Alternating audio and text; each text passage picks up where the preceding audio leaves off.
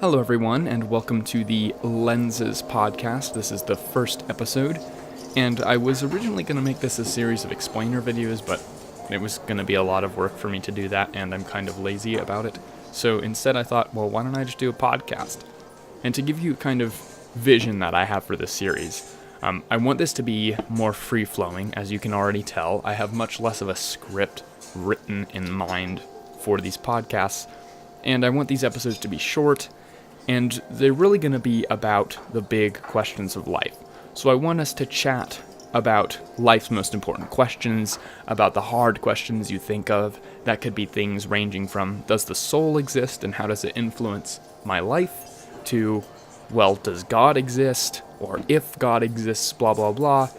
There's a whole bunch of questions that lie in between and on the edges of that range as well. So that's the point of this podcast. I thought it would be very interesting to do this sort of thing. So I want us to think about this as gathering around a table. Since Imagination Logic is supposed to be a channel that's for philosophers, thinkers, storytellers, and not really. Don't feel like you're left out if you're not one of those things. But since I want it to be facilitating that sort of culture here, then I want us to think about this podcast as sort of pulling up a chair at the table. So welcome to the table. Go ahead and pull on up a chair, grab a drink. I've got water right here. I've also got a bowl of fruit salad with some cashew yogurt over it. It's actually really good cashew yogurt. And I'm looking forward to this. Now, I want to give another disclaimer. Doing this sort of thing, a podcast, as one person is hard to do, especially without a script. But I'll be doing my best to, minimize ums, ahs, etc., and make it clear and direct and concise what I'm trying to say. However, feedback's going to be helpful because I'm not going to know if I'm communicating very, very well, because I'm not directly having a conversation with someone. I am just sitting here at a desk talking to a mic. And so I want to hear your engagement. This is a conversation around a table. So I want to hear what you have to say in comments. I want to hear what you're interested in. And also, I'm not planning on just doing this entire thing just by me. There are also a few other friends that I have already interested in joining in, so we can have two-way conversation. For instance, one of these friends I was talking with recently, and he is thinking deeply about the world as well. We have wildly different worldviews, which I'm going to define that here in a second, and that's totally fine.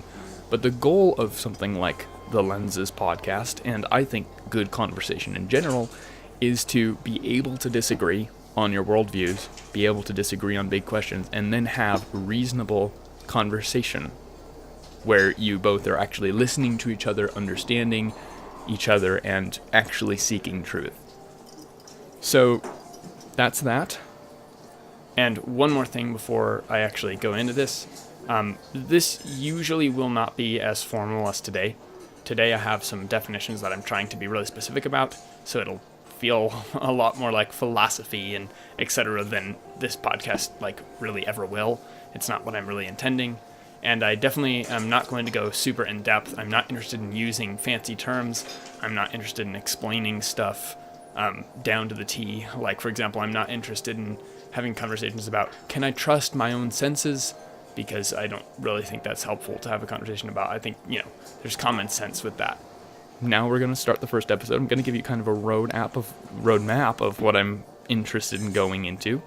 Today I'd like to talk about truth, like what truth is, how we can know anything, what reason is, etc. And to start with that, I'll give you the definition of worldview that I have here.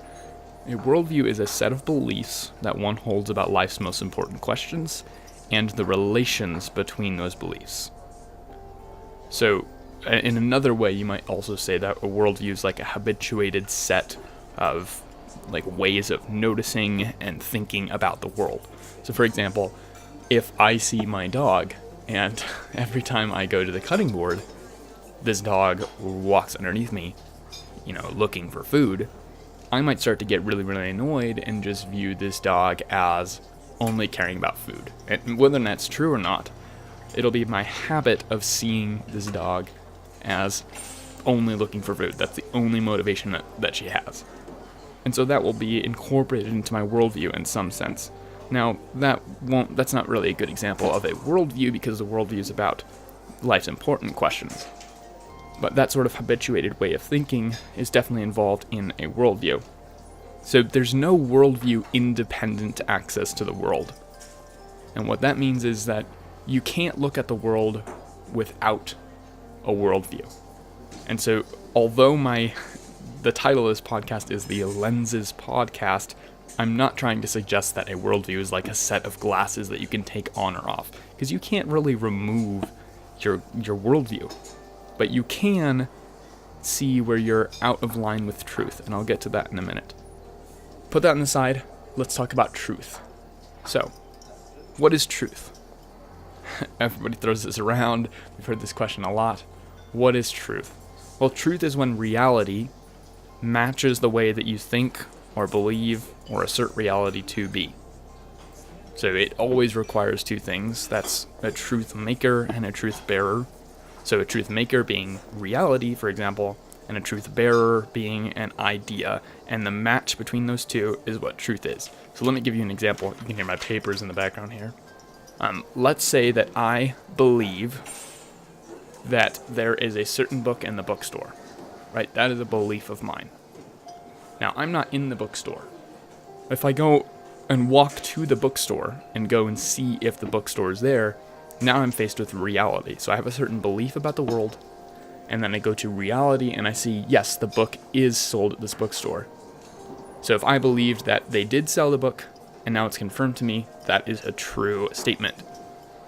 So the true thought is that the book is there, and that's confirmed by my sensory experience. It's where the reality matches my truth bearer, essentially. Let me make sure I have that right. Truth bearer, yep. So I said something about sensory experience. Now, what exactly does that mean? Good question. This, I'm going to go into knowledge. So we know what truth is. But some people, when I've had conversations with them, they've said, all right, well, how can you actually know anything? Sure, I'll agree with you on truth. But there's no way you can actually know something. Like, there might be an objective reality out there, but nobody can actually get to it. But that's not true. And the reason for that is because there's 4 different types of knowledge. So this first knowledge is one of the most common. You can have knowledge of something via direct awareness. So we can know things by direct awareness, which is just like how you can know that there's a phone in front of you, like if you're texting, or you can know that you're using a computer to listen to this. So with this direct awareness, you can notice or see or sense something. So you have knowledge by acquaintance, essentially. Like I was saying with the phone in front of you example, you can know that this phone is in front of you. And another thing is, with this direct awareness, you can be aware of something without actually knowing what you're aware of. So for example, if you were a really young kid and you saw an apple, you might not know that that was an apple on the table. You might not know that there's the color red, like attributed to that apple or something. But you can be aware of that apple on the table and not really know what you're aware of, You can also be directly aware of, like, introspection. You know, I can think into myself and I can think, I am feeling this, and I know I'm feeling that. That's my direct awareness of how I'm feeling. I know what I'm seeing, etc., etc. So you can know something by direct awareness. You can also know something with rational intuition. So that would be logic, math, etc. You could know whether something's logically possible without further explanation. So I could tell you I'm 3 feet tall and also 8 feet tall, which is not really a good example, but go with it. And you just know that these statements are incompatible. So you would have knowledge of that. So we have direct awareness, being aware of something that is there, rational intuition, making connection with logic, math, etc. Then there's another thing called skill and wisdom. So you can be knowledgeable of something via skill and wisdom. And what that means is, if I did sales for like 30 years, then I would get really, really, really good at it. And so I'd have the ability to do sales well, essentially. Or maybe I'm a mechanic. That's actually a better example. If I was a mechanic, and I did work every day on cars, then I would get to know cars very, very well. Now, I wouldn't have direct awareness knowledge, but you would say to me, oh, this mechanic really knows his stuff, right? And what that means is that I know it by skill and wisdom. So it's the ability to do stuff well. People that have lived older and older typically have more wisdom about how the world works, and so they have skill and wisdom knowledge. Or, they've had many interactions with insert this type of person, this type of job, this situation, so they have skill and wisdom knowledge about that sort of thing. Now, the last one is propositional knowledge, so let me re-summarize these because I realize there's a lot. There's direct awareness, which is, simply seeing, is kind of a good way to put it. That's not exactly what it is, but simply seeing, sensing, etc. There's a rational intuition, then there's the skill and wisdom, and now there's propositional knowledge. Because some of you might thinking, wait a second, well, what about like science? What about like fact? What about history? Stuff like that. None of this includes that sort of thing. Well, right. Propositional knowledge is where all of this comes together. It is a true belief based on adequate reasons. So, if you take history or science, etc., as adequate reasons, which I believe they are, then you can have propositional knowledge about something. So, for example, I could propose that World War II happened. And I wasn't there. I didn't have direct awareness of World War II. I don't have skill and wisdom knowledge of World War II. I don't have rational intuition because it doesn't apply there. But I do have a true belief based on adequate reasons, i.e., there's a lot of historical evidence that shows that World War II happened. Thus, I have a true belief. And just like we were talking about with true before, we have this reality over here, and now we have my belief, and it is based on adequate reasons that connect me back to truth, so I know I have a true belief. So, with propositional knowledge, and generally awareness as well, it can go far beyond the senses. So the mind, the intuition, shoulds, like morality can be in there. It can still match with truth. And that's a whole big topic that I'll plan on getting to eventually. Okay, so now let's talk about reason. We've talked about these other things, knowledge and truth. So what is reason and what is it for? So reason is basically the ability to discern truth by thinking. So, we can use logic as part of reason in order to discern truth. And there's two truths that you can discern from reason, and these are kind of annoying terms, but I think they're important to help distinguish stuff. So there's contingent truths that you can discern, and what that means is stuff that could be true, but isn't. So for example, we know that ravens are black, but it could be true that ravens could be yellow, but that's not true. So that would be a contingent truth that we can reason. And then there's a necessary truth, which must be true regardless. So for example, we'll use math, 2 + 2 = 4 is a necessary truth. And these contingent truths, I'm thinking I want to stay away from in this sort of podcast, because although something might be logically possible, or could be possible, it doesn't follow that it's reasonable. So for example, you could have that view that everybody else around you is a Martian except for you, or everything's an illusion. Yeah, that's logically possible, but it doesn't really follow that it's reasonable. And then another thing is, when I have conversations with people about reason and about discerning truth, I've also heard that people say, if you want to be objective with your reasoning, because we're trying to discern truth, we're trying to be objective about facts and reality, then you have to be super exact about it. You have to have psychological objectivity, is what they say.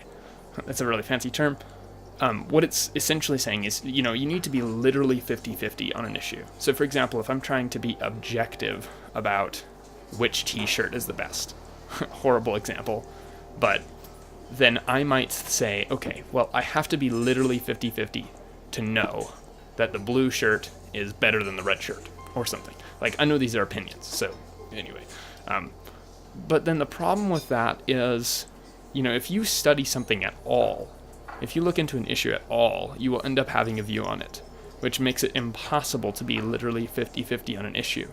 And also, it's only possible to be literally 50-50 on an issue if you either don't care at all about it or you know nothing of it.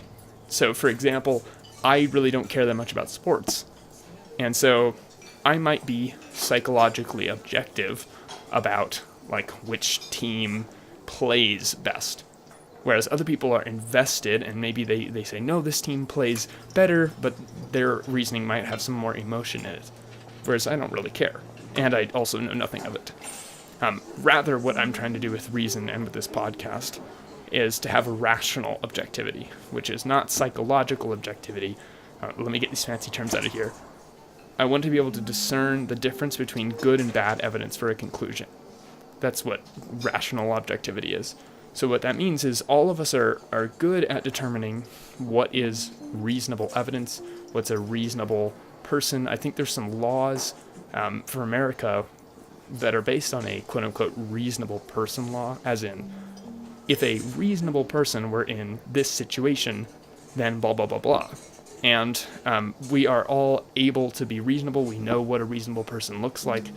And it's more important that we discern that someone has a claim and that they have good or bad evidence supporting that claim than whether or not they're literally 50-50. So, for example, if I were to claim that blue t-shirts are better than red t-shirts, well, I better have some good evidence for that.